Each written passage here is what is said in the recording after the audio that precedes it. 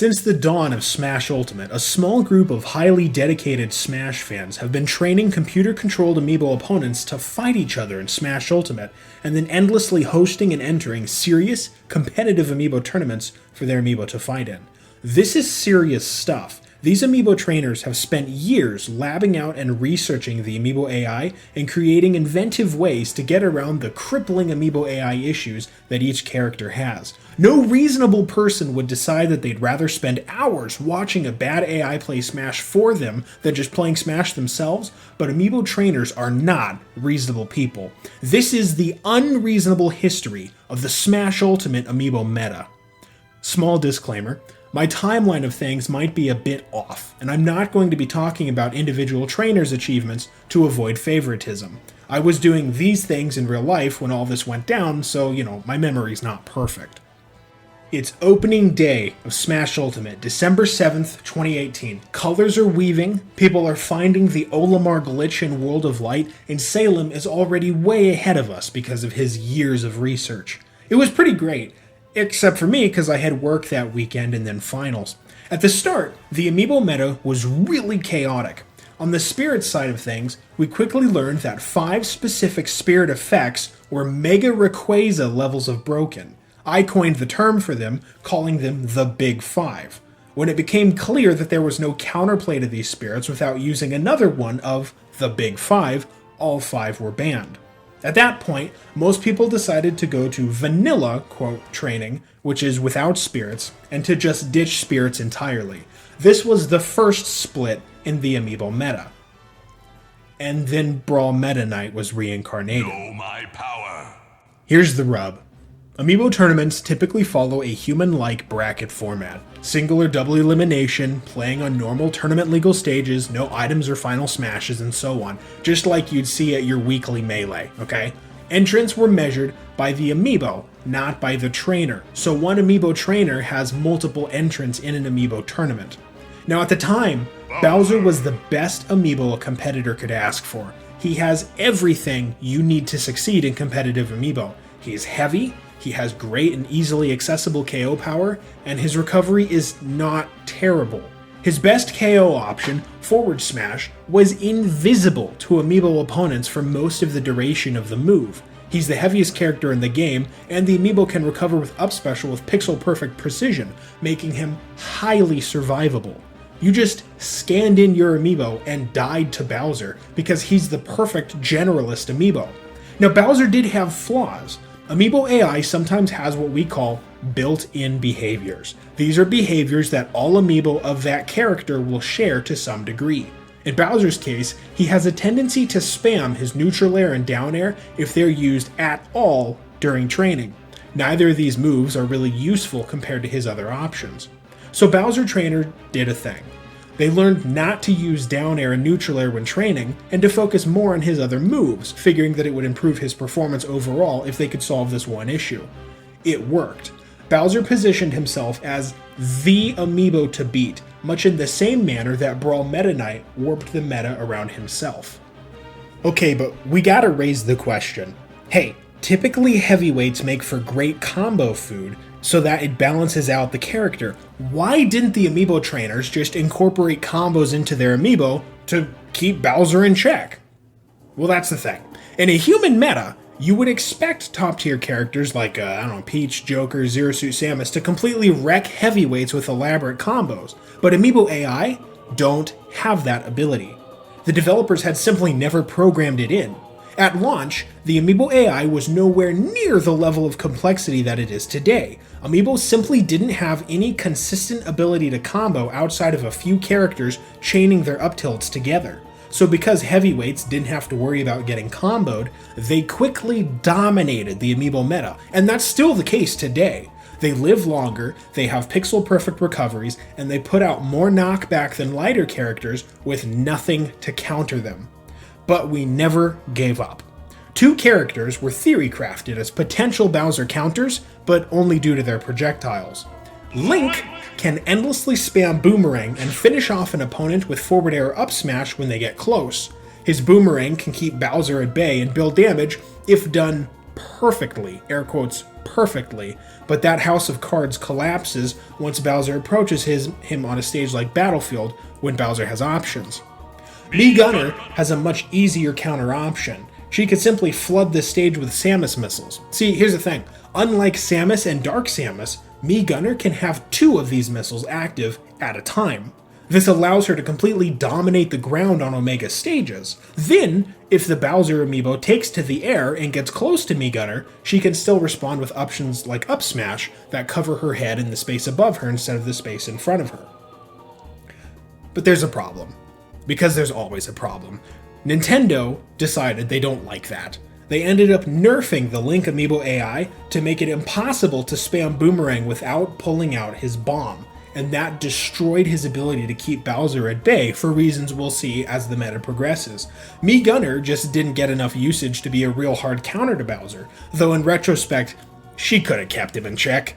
But her figure was very expensive and rare, amiibo cards weren't as widespread at the time, and frankly, nobody likes the Mii fighters, so we didn't really have any answer to Bowser at the time. He was just unreasonably good at the level of Brawl Meta Knight.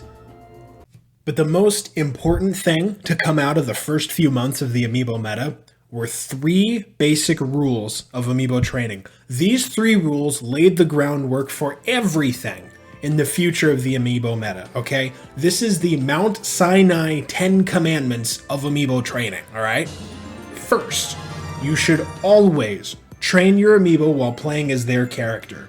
It's easiest to train specific moves when you can actually, use that move. So Ditto matches are always the best option. This is because amiibo tend to learn by demonstration and then by using it themselves successfully.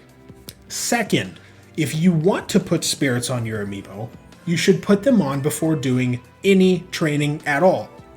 This is because, for some inexplicable reason, Nintendo decided that every spirit in the game, all of them, should extensively modify the behavior of the amiibo, and each spirit does so in a unique and unpredictable way.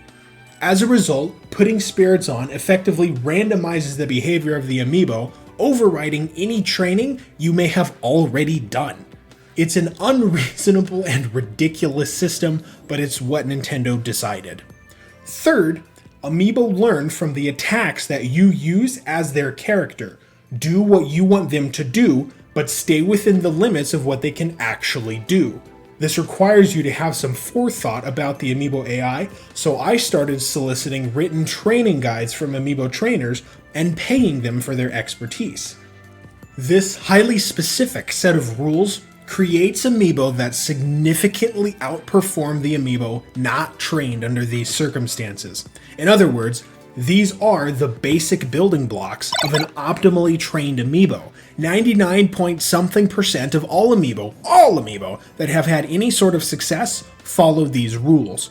Before these rules were observed, we were really just guessing based on how we trained amiibo back in Smash 4. But this was the first real breakthrough in amiibo training education. Now, for as interesting a time as this was, it was also a bit of a dark age for amiibo trainers. Trainers that looked too deeply into how amiibo operated found themselves removed from the community without warning, and effectively erased from amiibo competition. There was no questioning or debating the removal unless you wanted to be removed yourself, which a few people found out the hard way. This style of community management effectively filtered out a lot of useful information from the amiibo training community, and that information wasn't able to be distributed en masse for a few years. Frankly, we lost a lot of progress in the meta because of gatekeepers deciding who they wanted and who they didn't. To make matters worse, we had to debate our first character ban. This is where stuff gets interesting.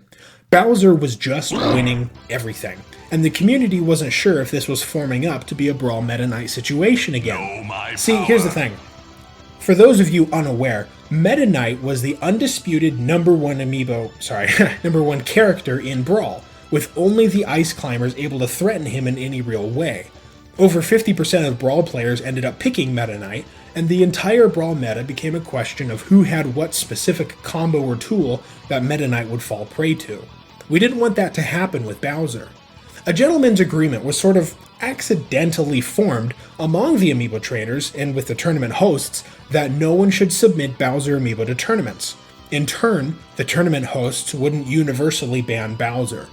Now, this agreement is important. It existed for two reasons. First, we all knew how optimal Bowser already played, so there was really nothing more to test in a tournament environment, and frankly it was more interesting for the trainers to experiment with lower tiers than to just keep rehashing the Bowser amiibo over and over. Second, tournament hosts felt it was too early for a character ban to exist, and that counterplay options might eventually become available through innovation or through game patches. The only way to discover counterplays was to continue allowing Bowser to operate in the meta, even if the only Bowser trainers were the ones ignoring the agreement. That gave us at least a few opportunities to develop potential counterplays without shutting him down entirely. Now, this agreement kept things kinda, nice and sweet at first, but it did eventually turn sour. A handful of, we'll say, naive trainers felt that they were amiibo training prodigies because their Bowser amiibo were stomping non-Bowser opponents in tournaments. When the community pointed out to them that, hey, maybe it's because Bowser is the best amiibo in the game, these trainers simply laughed and posted meme gifs about flavors and choosing to be salty. But you know what? Both sides had a fair argument. Amiibo trainers do tend to get salty after a while, as we'll see as the meta develops, but that doesn't change that they were winning because they were using Bowser, not because they were necessarily good trainers. When forced to use amiibo besides Bowser, they quickly crumpled against the other non-Bowser opponents. They just weren't being reasonable, and they were relying on Bowser. Bowser aside, we did get some pretty great amiibo at the start of Smash Ultimate, and then later on once 2019 came around. Ridley ended up being around A to A+ tier, although he was S tier in the early meta. Inkling, although not that smart, was very fun to train. And then King K. Rool, Piranha Plant, and the Ices showed up on the scene. King K. Rool established himself as Bowser Light, a less heavy and more ground-dependent version of Bowser, with his belly armor and vertical recovery making him arguably more survivable than Bowser, depending on the situation. He's been basically one spot behind Bowser ever since, with some mild fluctuation in the tier lists over the years. Now, Piranha Plant became a surprising high tier. We weren't really sure if this was going to be the case beforehand, but the properties of Piranha Plant's Poison Breath, say that 5 times fast, made it so that amiibo opponents basically didn't respond to it. They'd sometimes walk right through it or even sit their shield inside it without avoiding it at all. This free damage, combined with his stellar up smash getting KOs through platforms, pushed Piranha Plant to the higher tiers. Also, the Ice Climbers exist.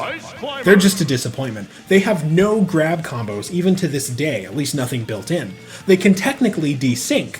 Amiibo use controller inputs, so technically anything can happen if it can be input into a controller, but that didn't actually get discovered until fairly recently. Ice Climbers desync is only just starting to get labbed out in the modern day, so we'll wait for a possible part 2 video to cover that.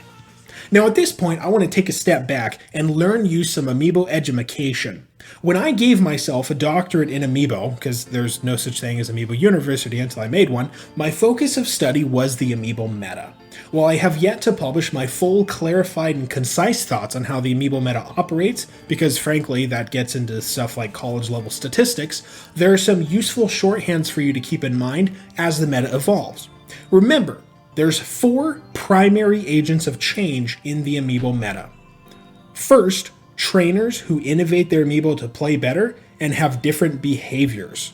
That's the big one.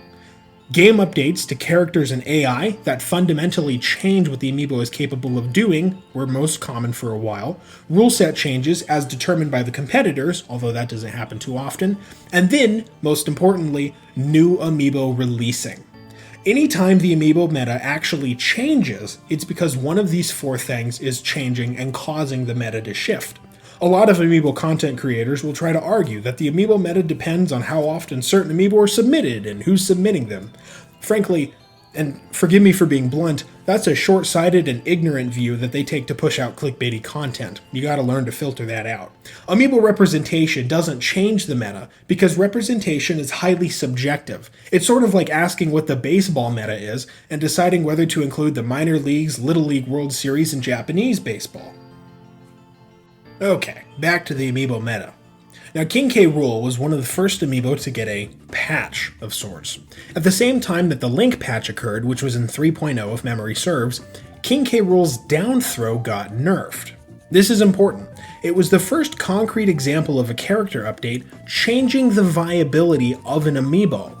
See, King K. Rool had a built-in combo, down throw to charged forward smash. His AI was designed so that the opponent would stay buried from down throw for a certain number of frames before he would then use his forward smash. It was predetermined. The problem is, Amiibo AI mashes out at 30 inputs per second, which is the maximum mash value allowed by the game. Burying moves don't work against Amiibo for that specific reason. So when K. Rool's down throw bury gets used on Amiibo opponents, they just hop right up and go free while he's still charging his smash attack. Oh yeah, and the devs designed the K. Rool AI so that if he got a grab, he'd almost always go for down throw. So there's really no avoiding the down throw mash out. Now in the future, the developers avoided problems like this by updating the Amiibo AI of characters that got balance patches. If the balance patch made the character a little bit too different than what the AI was designed to control, they'd get patched. We'll see that happen over the next couple of years. Then, after about 3.0, we got some shiny new toys. Fall of 2019, baby. Snake and Pichu represented two new frontiers for Amiibo training: items and combos. If you'll recall, Nintendo patched Link's Amiibo AI to keep a bomb out most of the time. This was a very harsh nerf for Link because Amiibo AI gets hyper-fixated on grabbing items and playing with them instead of its actual training. There's no way to train around this flaw, so if your Link Amiibo pulled a bomb, you can kiss your boomerang spam and your tournament win goodbye. Well, thing is, Snake is a very item-heavy character. His grenades take advantage of that flaw tremendously well.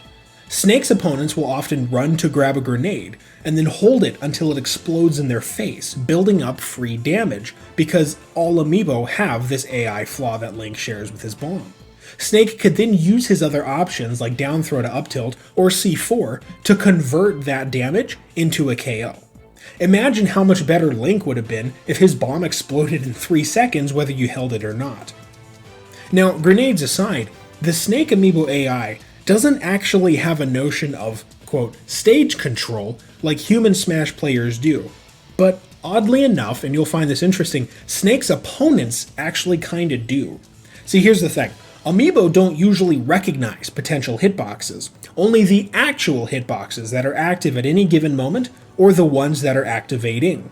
However, the developers made sure that Amiibo would usually stay away from Snake C4 even if he hadn't input the secondary down special to explode it. Other Amiibo treat the C4 as if it's going to explode at any moment and don't go near it most of the time. Now as a result, if Snake sets down C4, his opponents would interpret that as part of the stage they can't go on. He'd get control, air quotes that you can't see, of the stage without realizing it. Basically, grenades and C4 made Snake the first corruption Amiibo. He could interrupt your best laid plans and overwhelm your spam by dropping C4 and chucking a grenade to force your Amiibo to go catch it. This was groundbreaking. Amiibo that spawned items had been in the game before, but it was never advantageous to really use them. While grenades were a riskier path for the Snake Amiibo, many of the better Snake Amiibo threw grenades like Brandon Allen of the Cincinnati Bengals because it was interrupted the spam that was so prevalent in the meta. Pichu was similarly interesting. The developers started to get confident in their abilities to program new Amiibo AI, and they decided to try giving Pichu some built-in combo behaviors. Where previous Amiibo opponents could only chain a few up tilts together, Pichu could then follow those up tilts with things like forward air or up air. Now it really doesn't sound like much. You're probably thinking, Doc, come on, seriously? considering the sheer number of combos that a human Pichu player has to pull off in a given match, but it did mark a tremendous advancement in Amiibo AI. The possibility of a heavyweight being combo food was finally on the horizon, even though it wasn't here yet. But then everything went to hell. In October 2019, Bowser, because we keep talking about Bowser, was universally banned from Amiibo tournaments. The broader Amiibo community was tired of dealing with the, air quotes, Amiibo prodigies who would only send Bowser to tournaments. The community decided that there was no point in a gentleman's agreement if the kids were going to stack top 8 with Bowser's regardless. And the data for the ban was there as well. According to Splicestream's video explaining the ban, which you can find in the description, Bowser had a minimum 80% win rate against all other Amiibo opponents. In retrospect, while I was generally against bans at the time, I'm surprised he wasn't banned earlier. Nice but ball. It got worse. It got way worse.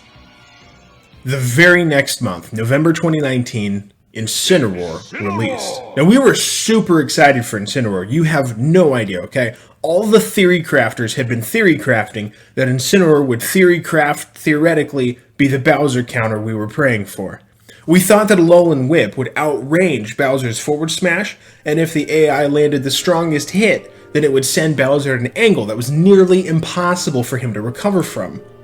That day, when he released, we ran out to the local GameStop to get our Incineroar amiibo and train him for the first time. Well, most trainers got rides from their moms, but I went on a jog. After the amiibo trainers got out of their moms' minivans, they rushed inside to train Incineroar. The theory-crafted formula was simple. Alolan Whip spam on the stage, try to get the strongest hit every time and see if the AI can also use the strongest hit. Don't jump, don't use down special, don't use smash attacks, just use Alolan Whip. We hurriedly whipped and nay-nayed our Incineroars and put them against the best Bowsers the meta had to offer, eager to see if the theory crafting was correct. The match started. Both fighters, level 50, approached each other. Incineroar, following his training, did use Alolan Whip. Alright, and it connected. And not only did it connect, but he hit it with the strongest hit. It's a full 25% damage. Bowser went flying. The undisputed best amiibo was getting bullied by a professional wrestling furry. It was glorious. He kept going. Incineroar used Alolan Whip again. And again, after 3 whips, he took a completely undamaged stock off of Bowser. The meta had been turned on its head forever. Incineroar was the Bowser counter we needed. But there was a catch. He countered everything else, too.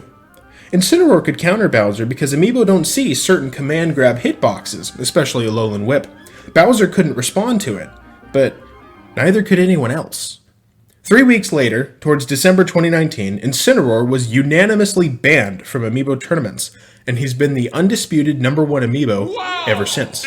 Incredible. Little did we know that Incineroar was going to end up our saving grace in front of the entire world.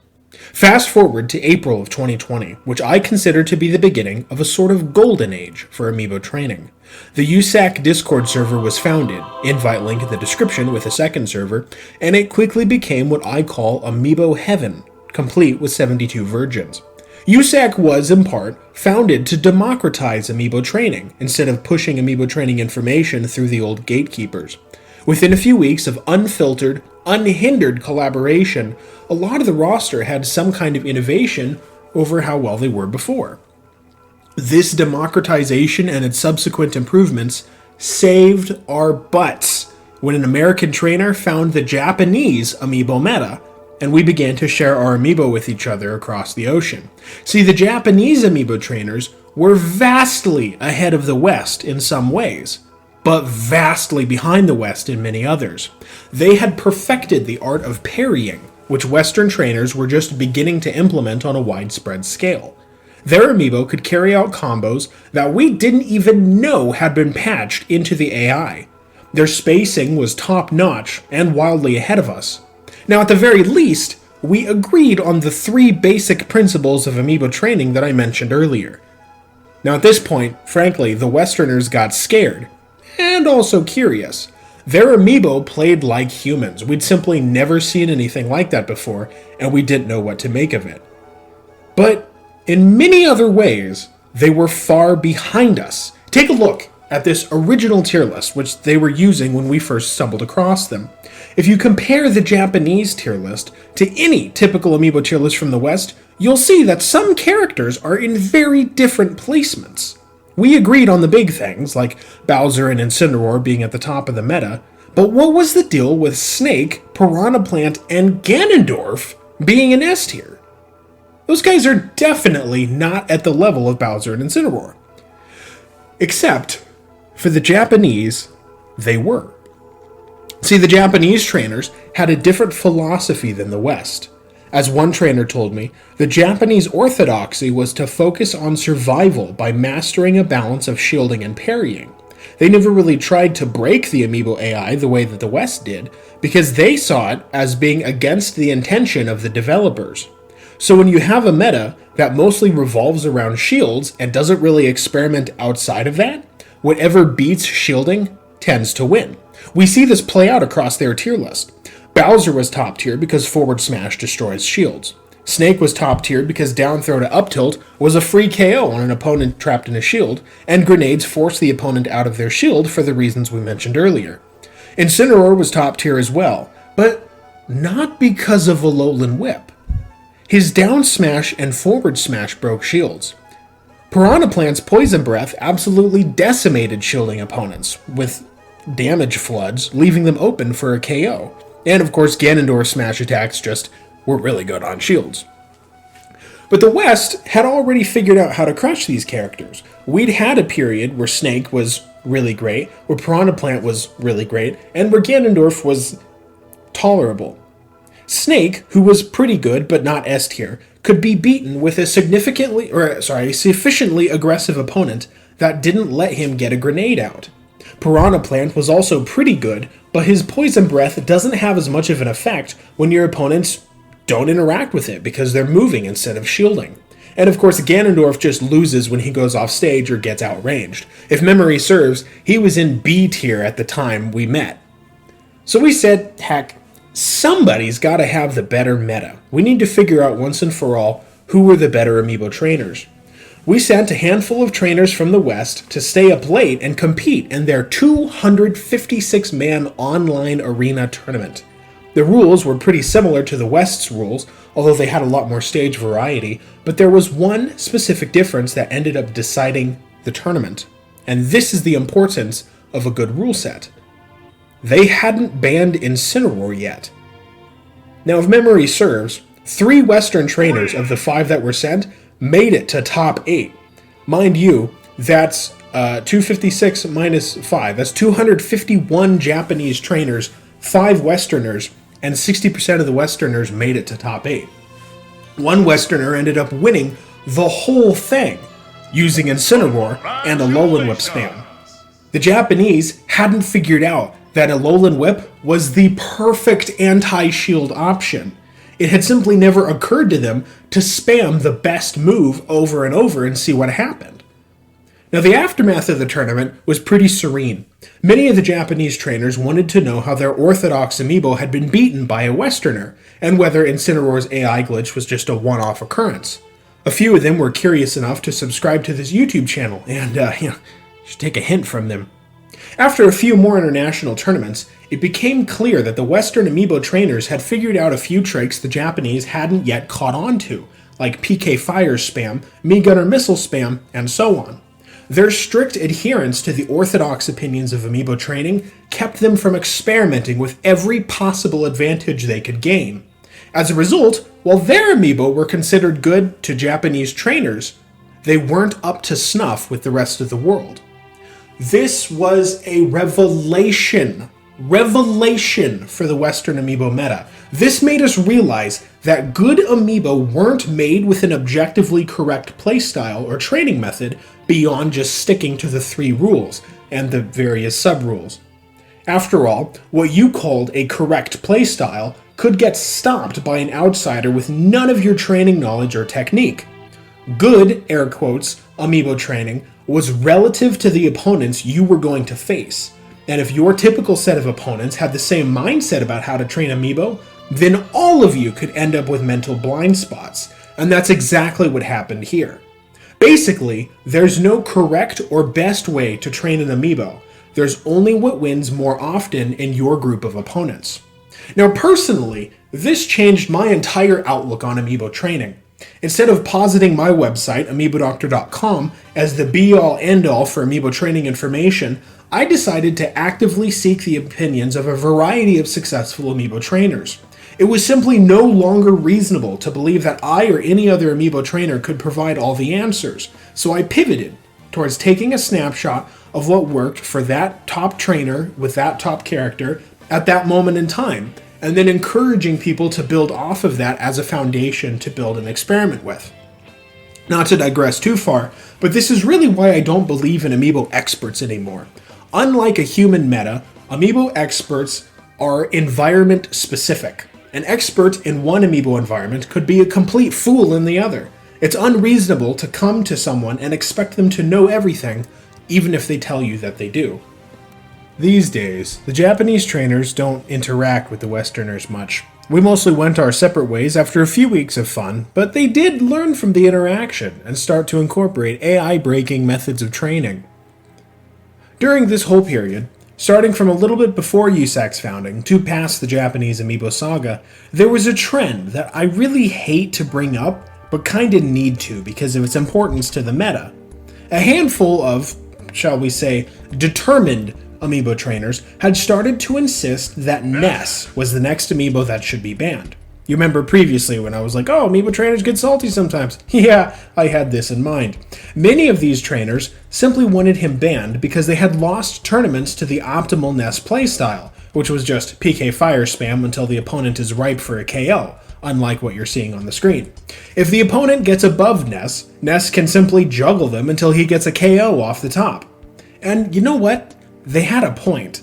While Ness wasn't broken, he was stupid to watch. Many content creators banned Ness for the sake of just keeping things watchable. I didn't because I'm stubborn. There wasn't an obvious counterplay either. Amiibo opponents just can't use reflector moves to counter things like PK Fire or Megarder's missile spam. Nintendo was still missing a lot of the AI options that Amiibo now have, like jab 1 follow-ups and certain throw combos, and, most importantly, reflector use was missing from the AI of most of the opponents. The ones that did have it didn't use it very well, and would often activate the reflector on the frame the projectile came out, instead of just waiting for it to get closer. Then they deactivate the reflector, and the projectile would hit them anyway because it had travel time. So because of this and many other factors, PK Fire seemed really unreasonably good for a while. The pro ban crowd was maliciously sending Ness to every amiibo tournament they could find to bias the results towards a Ness victory. After all, if more Nesses enter your tournament, Ness is more likely to win your tournament. If Ness wins more, then you can convince more people to ban Ness. They were literally privately coordinating Ness submissions in Discord DMs and targeting certain tournament brackets. Meanwhile, the anti-ban crowd focused their efforts on not slapping the hell out of the pro-ban crowd who was getting on everyone's nerves. But then, innovation happened. Now, I know I said I wouldn't be talking about individual trainers in this recollection so as not to give credit to the wrong trainer or show favoritism, but I must make an exception. I'll show some favoritism to myself. I was labbing out the Snake Amiibo one day, and I trained a Snake Amiibo that relied very heavily on grenades, even more than most snakes. This Snake Amiibo, named Jocko, proved to be a solid counter for Ness Amiibo. His grenades interrupted Ness from doing his usual routine of PK Fire Spam or PK Thunder juggling, and there was no way to train around it. That's right, the Amiibo AI's unsolvable issue with items was going to bite Ness in the ass. I entered Jocko in a small tournament that was stacked with the best Nesses in the meta. The pro-ban crowd had set their sights on this bracket in particular, even though it was small, and I unknowingly selected Jocko to enter it without being aware of their broader scheme. Jocko cleared out every single Ness in that bracket and won the tournament. If I recall, it wasn't even close. It seemed that the more famous the Ness Amiibo, and the more the trainer touted it as one of the best Nesses in the world, the worse my Jocko beat them. Now, Jocko's nothing special as far as snakes go, and I really don't want to sound like I'm rubbing it in, okay? He's really just not special. That tournament is his only accomplishment, because I usually don't submit any amiibo above B tier. But that's not important. What is important is that Jocko also proved that Ness wasn't unbeatable, and that very easily trainable counter options existed for Ness and could take him down. I was not a good amiibo trainer until, frankly, probably 3 months ago, so if I could train a tournament-winning counter to Ness, so could everyone else. It's only reasonable. The Ness hate fizzled out pretty quickly after that because people realized, oh, there is a counter. But it wasn't the last time that some cranky trainers have decided to try to rig the systems of the amiibo meta. Over the years, there's been a number of smaller and more dedicated attempts to influence bans in tier list positions, but the Ness one sticks out in my mind as being the one that came the closest to widespread success. Now, of course, that all became irrelevant once the internet collectively lost its amiibo-loving mind in October 2020. The Joker and Hero amiibo release was the turning point of the amiibo meta for a lot of reasons. It was the first time that many new trainers had ever actually bothered to buy an amiibo, and Joker was a great first amiibo too. Every Joker amiibo has built-in behaviors that seem to be human-like combos. If you didn't interfere by DIing out or air dodging or counterattacking, if you just let it hit you, your Joker amiibo could chain you with an up tilt into an up air chain and finish you off with an up air drag down into a down smash for a KO. Very fluidly. If you had never trained an amiibo before and didn't know the limits of the AI, it sure looked like you had just created a nightmare of an opponent. A lot of people got interested in the amiibo meta as a result, and then of course the YouTubers pounced on this trend with approximately 1 million videos claiming to have the best or strongest or smartest, etc. amiibo in the world. Now while the YouTube meta really liked the Joker amiibo, the amiibo meta wasn't so kind to him. Here's the thing, Joker is light, at least compared to the people in the top tiers of the amiibo meta. He can land good KOs when he has Arsene, but without Arsene, he just doesn't have the strength to get the kill against a heavyweight. His combos proved ineffective against most of the cast, particularly the heavyweights, who can just avoid them in most cases. After a few months of very heavy experimentation, we pretty much all settled on Joker just being C+ tier-ish, and he's been around that area ever since. Hero, however, busted a lot of the structure of the amiibo meta. A lot of the previous theories and theory crafts ended up not being true because of Hero. Hero was a sword fighter, an archetype that is historically mid-tier in the amiibo meta. Unlike the other sword fighters, he had projectiles, and very good projectiles at that. His neutral special and side specials ate up his MP, but got him easy damage with great range that many amiibo could only dream about. If an opponent went in close and let their guard down, Hero could quickly take you off stage and set up an easy KO. He was powerful in the air with forward air, he was powerful on the ground with his various projectiles, and he was powerful from a distance, especially with side neutral B. Hero was also Bowser's first hope of being unbanned. I know, we just talked about banning him, now he's gonna get unbanned. As it turns out, Hero tended to do pretty well against most playstyles of Bowser. His projectiles built free damage on the King Koopa, who was mostly on the ground, and he had enough firepower in the air to KO Bowser, where most others simply couldn't. Don't get me wrong, it's not a one-sided matchup, they still go about 50-50, 60-40 one way or the other, but Hero was pretty clearly the first in a line of anti-Bowser picks. As a character who was both a heavyweight archetype and a sword fighter archetype, he ended up with a bizarre matchup spread that still heavily impacts the meta to this day. These days, Hero is in the A tier on the amiibo tier list, but I think there's just a wee bit of optimization left for him. He's got so many options that it's not clear we'll ever really figure out the 100% best playstyle for him. Within a few patches of Joker and Hero coming out, a lot of older amiibo also got their AI patched. See, Smash Ultimate was a mod of Smash 4 at first, remember? As a result, the characters that were carried over from Smash 4 didn't receive hardly any updates to their amiibo AI. Now, there were a couple of alterations to allow for mechanics changes like parrying and such, but otherwise, the Smash 4 cast was using a semi-identical AI as what they had in Smash 4. Since the new Amiibo were generally outperforming the original set of Amiibo because the developers were programming better AI, the new Amiibo were sort of forming power creep. It wasn't a coincidence that new Amiibo were disproportionately higher tier. King K. Rool, Piranha Plant, Hero, and many more would end up in the upper echelons of the meta. Pay attention to this history going forward and spot the instances of high tier placements, and you'll see what I mean. Well, in an effort to bring the Amiibo AI more in line with the character patches that had since occurred, several old Amiibo also got AI updates. Captain Falcon, Falco, Fox, and Bayonetta are the four that come to mind, but I'm pretty sure there were more. All of these characters received useful combo updates that let them chain some of their moves together. Captain Falcon got Raptor Boost into knee and then some up air stuff. Falco got some aerial crap that I don't understand, Fox got options out of dash attack, and Bayonetta could finally perform her ladder combo. That's right, Bayonetta Amiibo weren't able to use the ladder combo up until this point. While these AI patches didn't fix any real issues with the characters, many of them ended up taking advantage of these AI updates in some form or fashion and moved up the Amiibo tier list over time. Then 2021 hit. Oh lord. A handful of trainers felt that Bowser didn't deserve a ban anymore, and decided that he was around the same power level as the currently unbanned top tiers.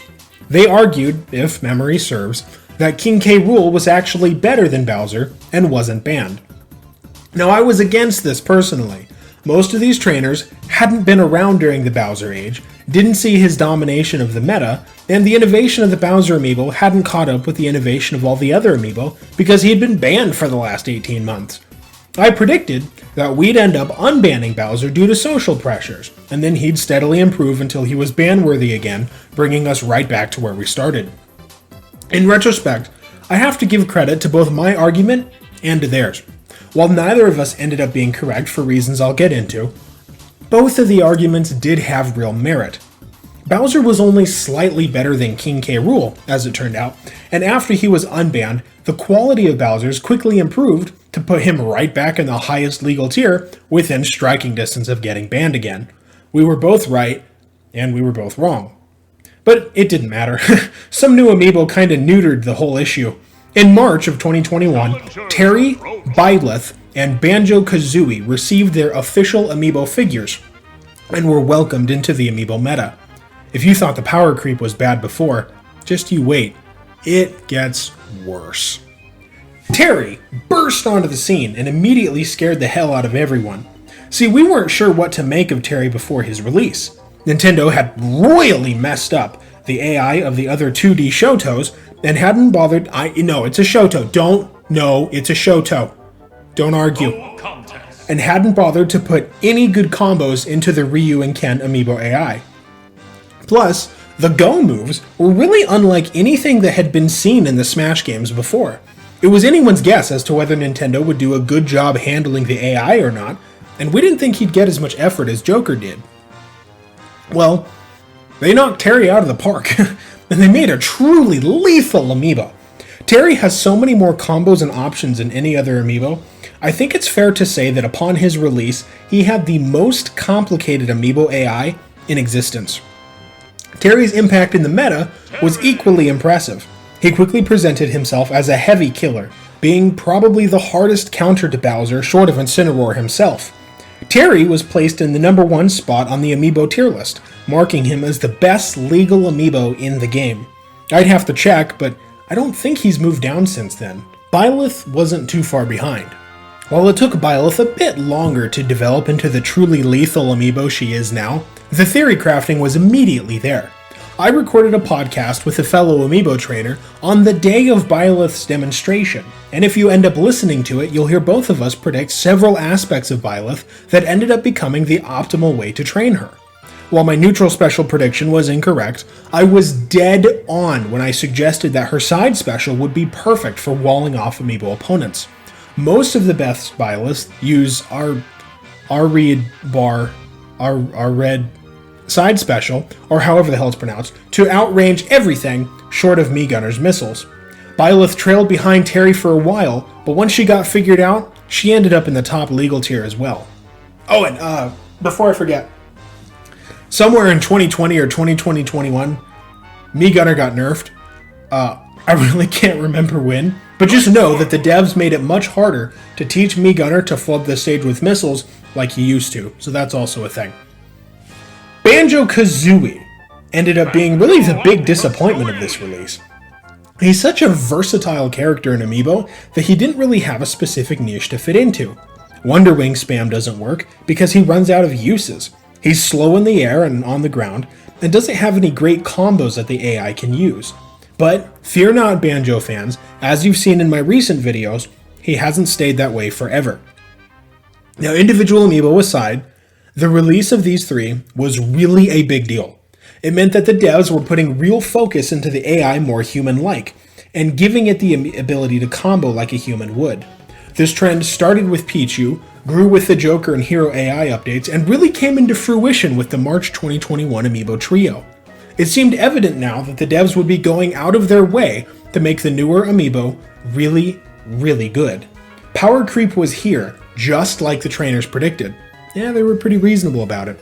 By this point, 2.5 years into the Amiibo meta, the skill floor for Amiibo trainers had raised quite a bit. Where we used to only abide by the 3 rules of Amiibo training, every trainer, except for, me, had figured out how to train essential skills like parrying, proper playstyle and movement, jab 1 follow-ups, and a lot more. The days of linear spam this, not that, were over for everyone but Incineroar, and probably also Ness.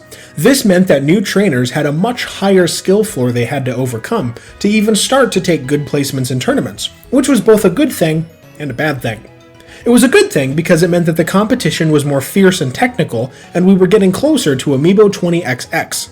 And that makes YouTube channels like this one more interesting.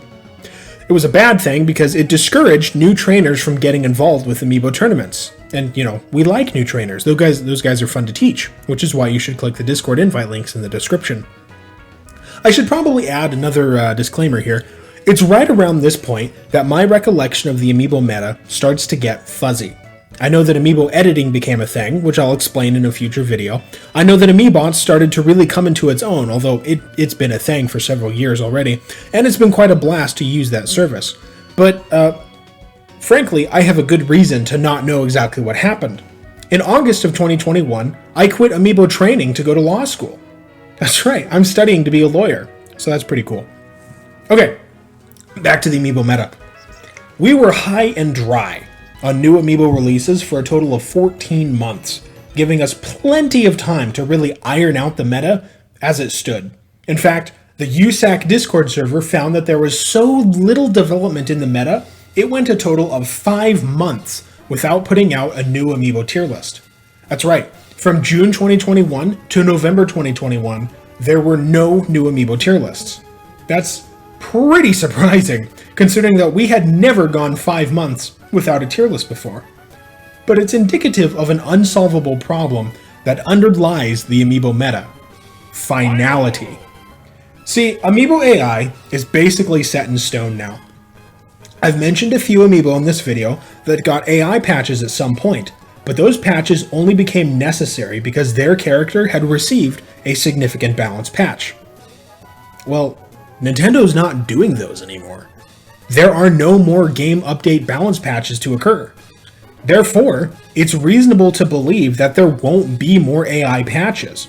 All we can do now as Amiibo trainers is continue to incrementally innovate on the same Amiibo AI that we've spent 3, almost 4 years incrementally innovating. We're crawling closer to Amiibo 20XX every day. Fortunately, there's still many more Amiibo on the way. Even though Smash Ultimate's DLC is done, we still have a while to get DLC Amiibo. Min Min just released in April, and she's had pretty much the exact impact you'd expect. She's a wall. She's definitely an S tier, and is giving the other S tiers a hard time because she simply outranges everything. See, most of the high tier Amiibo are really, really potent on or slightly above the ground. Bowser's forward smash, King K. Rool's dash attack, Terry's go moves, Byleth's short hop, our side special, Ness's PK fire, King DDD's forward tilt, Mii Gunner's missiles, and so on are all their best moves, and all of them control the ground. But nobody controls the ground quite like Min Min. To make matters worse, they're mostly heavyweights, so they kinda have to be on the ground, which is Min Min's territory. She's not banned at the moment, but I could see a Min Min ban in the future. Speaking of the future, it's really kind of weird. The files for all future Smash Amiibo exist in the game, except for Sora. We've had our hands on every character for a few months now, asterisk, except for Sora, but most tournament hosts haven't allowed them because not everyone has access to the files. It's an interest and fairness thing. So now we've entered into speculation territory. I have trained all of these Amiibo, and I have guides for all of them on my channel, so take a look. Steve is going to be an odd Amiibo. He's not going to wreck the Amiibo meta like some of his predecessors have, but his AI is very complicated. It's got a lot of built-in combos, it's got a lot of good edge guards, it's great at recovering, but there's just not enough KO power to really put him above probably A tier. Most trainers right now put him in B or B plus tier, and I think that's fair. Now, when he releases, there's definitely going to be a lot of very cringy strongest Amiibo videos showing the combos that all Steve Amiibo have. However, I don't think those combos are really going to impact the heavyweights in the meta either. While yes, he can up tilt juggle you to hell and back, they're pretty easy to DI out of, especially at higher percents, so the usefulness on them is pretty limited. Steve is just going to be sort of a generic sword fighter middleweight with a couple of tricks up his sleeve. Pyra and Mythra might be shaping up to be the next S tier in the meta. At least, Pyra is. Most trainers have put her around A plus tier, but that's without a year or two of innovation. Mythra's independent Amiibo AI is probably C tier at best, because remember, Pyra and Mythra have different Amiibo AI, and there's no way to stop the Amiibo from switching back and forth. Pyra brings the KO power to the table, and her forward smash has some good range to back it up. It's not phenomenal, but it's pretty good. Whereas Mythra doesn't. she just doesn't have that much. We're probably going to end up with a situation like Pokemon Trainer, where matches are sometimes won and lost based on which character's playing at the moment, and we just consider the Amiibo itself to be sort of the average of all 2 or 3 characters in its stack. Sephiroth is probably going to end up being the big loser of the remaining Amiibo. He actually has arguably the best moveset except for Kazuya, but he just doesn't seem to have the consistency that top tier should have. You would expect that his neutral special would be the perfect edgeguard option. You would expect that his side special would corrupt the AI. You would expect that his down special would make him very difficult to KO because it can be so easily spammed. You would expect that his up special would make him an on-stage just machine. But he doesn't have that. Instead, his up special gets spammed to no end and it interferes with the ability of the character to fight. His side special usually gets parried. His neutral special often just doesn't get activated all the way because the AI can't use it properly. And down special is really not that useful the way the Amiibo uses it. I hope that down the line, clever Amiibo trainers can figure out how to consistently make Sephiroth into a villain of an Amiibo, but his AI flaws are pretty crippling. I am not optimistic for Sephiroth. As I've shown in recent videos, Kazuya is going to be unstoppable. All of the $5.99 that the character has applies to the Amiibo as well, and I mean that sincerely. There's no stopping the Kazuya Amiibo unless your name happens to be Incineroar. He has, by far, the best Amiibo AI in the game. He can randomly zero death any opponent with a built-in combo. He recovers better than pretty much any Amiibo off the top of my head. His KO power is insane, and most matches against Kazuya end inside of 1 minute and 15 seconds. I did a video the other day, the Kazuya Amiibo Gauntlet, that's about an hour of just Kazuya Amiibo footage. You should go watch it if you don't believe me. Frankly, even though he's not tournament legal yet, I already support a Kazuya ban. He's going to rival Incineroar's 99.99% win rate with probably a 95-ish% win rate. And as we've seen in the Amiibo meta, it really should only take whatever's better than Bowser to get banned. But and that's the history of the Amiibo meta up to this point. Amiibo competition is a ridiculous, crazy, silly, overly serious, and most importantly, unreasonable endeavor. I will never understand why I or anyone else takes it as seriously as we do, but I will always be grateful to the people who watch us do it. Thank you for watching.